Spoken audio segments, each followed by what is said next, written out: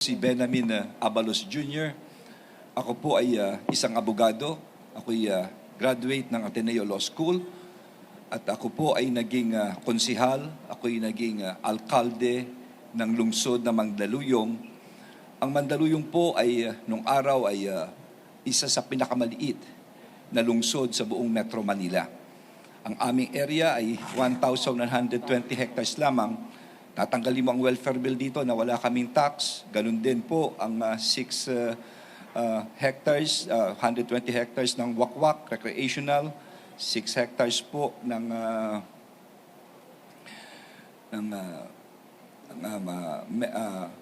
mental hospital.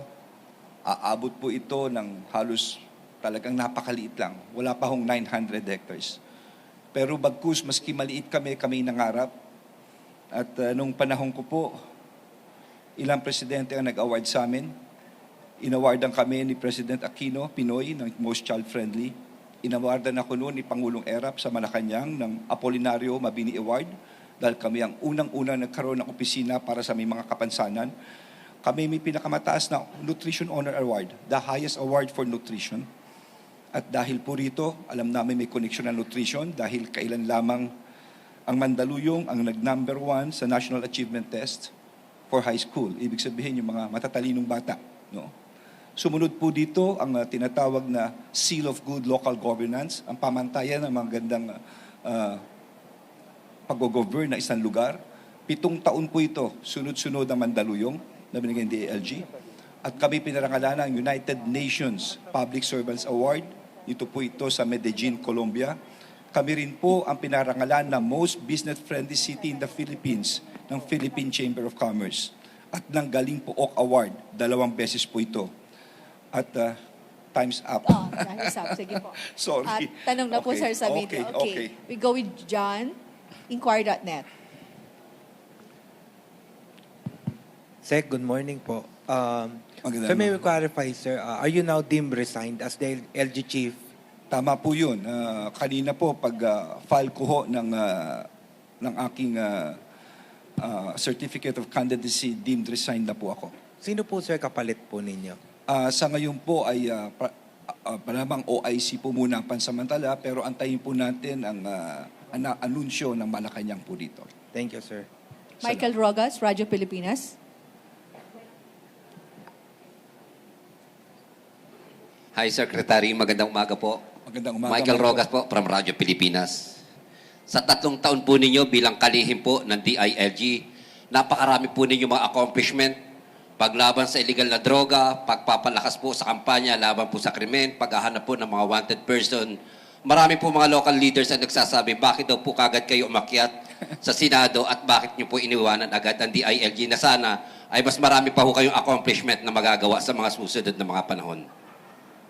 Alam mo, Michael, kanya-kanya pong kapalaran yan eh. Ano po? Ang importante lang sa akin, sa lahat na nagampanan ko, magmula mayor, magmula congressman, magmula nung COVID time. Ako po ang chairman ng MMDA. Napakahirap dahil kalaban mo nung COVID. Ngayon, DILG. Siguro ang importante sa kwento ay maganda yung ending. Iiwan ko ang isang departamento na very cohesive, very united, dahil sa totoo lang po, pinakamahirap ang DILG dahil napakalawak. Isipin mo, susupervise mo lahat ng mga governor, mayor, hanggang barangay captain, yung polisiya, yung policy building, kakapacitate mo yan, aalamin mo mga problema on the ground. At the same time, sinusupervise mo ang problema ng krimen, ng police, problema ng BGMP, ng congestion, problema ng mga fire truck, fire station. Pagkatapos, meron ka pang Commission on Women, on Youth, on Muslim Affairs. Meron ka pang Local Government Academy. Meron ka pang Public Safety College. Ikaw pa, chairman na Polcom. So, you have to wear so many hats. May mga araw na hindi na ako nakakatulog. No? Pero, at least, I would like to say, baka maubos na naman ng oras ko, all of these departments, no, high moral po sila. They're very cohesive right now. At kung sino man papalit sa akin, siguro yun ang maganda sa ending ng istorya. No? Maganda at united po at makikita nyo naman ang performance nila bawat isa. Sir, during your time as mayor po ng Mandaluyong, binansagan po ang Mandaluyong City bilang Tiger City sa buong bansa. dahil sa mabilis na pag-unlad po, pagdami ng mga negosyo sa inyo pong lungsod. Paano po ninyo ito magagawa? Kasakaling kayo po ay maging senador na, paano po ninyo ito magagawa para po sa ating bansa? Well, number one, no, yun po ay inawardan sa akin ni Secretary Mar Rojas. Ito'y second most economically vibrant. Kaya kami tinawag na economic tiger of the Philippines, Tiger City. At hindi lamang yun, Michael, kami lang ang kauna-unahan na lahat ng release ng tren. Binili po namin ito. At ngayon, yung mga dating informal settlers o quote-unquote sinasabi na squatter, ngayon landowners na. No? Inubos po namin yan at pabahay namin, sariling pera po namin ang ginamit namin. Pabahay po ito ng lungsod na Mandaluyong. Yun ang inuna. At yun ang dadalhin natin dito sa Senado. Marami tayong tatalakayin. Number one, kuryente. Alam natin mahirap ang kuryente. Tayo ang pangalawa isa sa pinakamahal sa buong ASEAN. Tingnan natin, bakit nagkakaganon? Yung bang mga VAT, yung ating mga grid, no? In fact, sa isang hearing, sinasabi ito ni Cusi noong 2021 sa Senate hearing. Meron tayong excess na 2,543 megawatt, no, na power sa Visayas at Mindanao na pwedeng i-augment sa Luzon. Pero ano nangyari? Hindi nadala because yung transmission line kulang.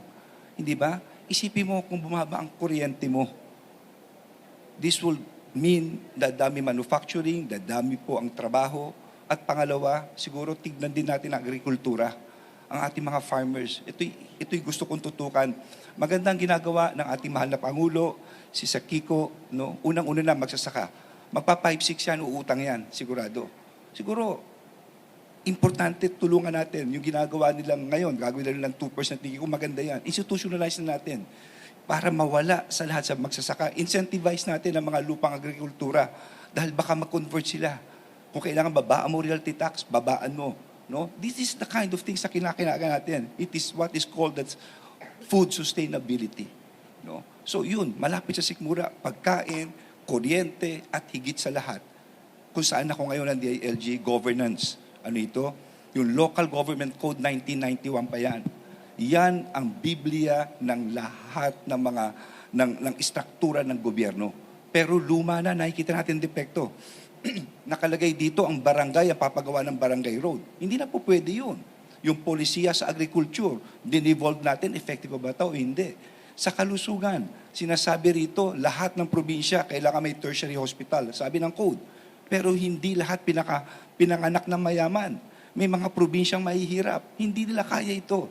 Dapat pasukan ito ng national government. So yun, aside from the fact na of course, ang ating criminal code is already outdated. Being a lawyer myself, tayo lang yata ang may batas na dischero. Dischero is basta ka sa adultery, hindi ka makakapasok within a certain area. Maski sa Spain, wala nang dischero no? So maraming pwedeng gawin sa Senado. Mon Galvez, TV5. Sec, magandang umaga po. Mon Gualvez from Yeah, TV5. Mon. Yeah. Sir, given those somehow accomplishments you had at saka mga nagawa po from local government, how are you preparing as well sa pagharap po sa mga bashers or sabihin natin sa social media? How are you ready to face those at least masabi ho yung mga accomplishments that you had? Given na sa top 12, pumapasok ko kayo sa ilang survey pero nasa bottom.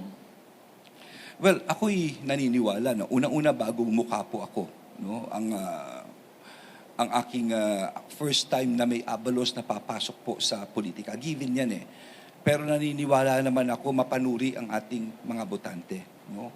So I'm offering myself dito po sa nagawa ko nung ako'y mayor, nung ako'y DILG, nung ako'y MMDA. Mahirap din yun, COVID yun. And you have to unite at naging template nung araw ay ang Metro Manila.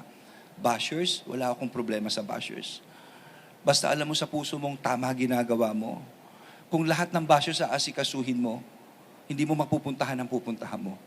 No? As long as alam mong tama ito, no? Let's do what is right. No? And of course, natural lang kritisismo. Pakinggan mo naman ito. Tingnan mo, baka tama naman sila. I-research mo. At kung tama naman ito, i-correct mo yung dapat mong gawin. Pero yun ang babash lamang kasi yung term na bashers, binabash ka lang for no reason at all. Pabayaan mo na. Pabayaan mo na sila. kung lahat ng kumakahol sa kanto, titigilan mo, hindi mo mapupuntahan ang pupuntahan mo. Ang dami kong pinagdaanan na ganyan.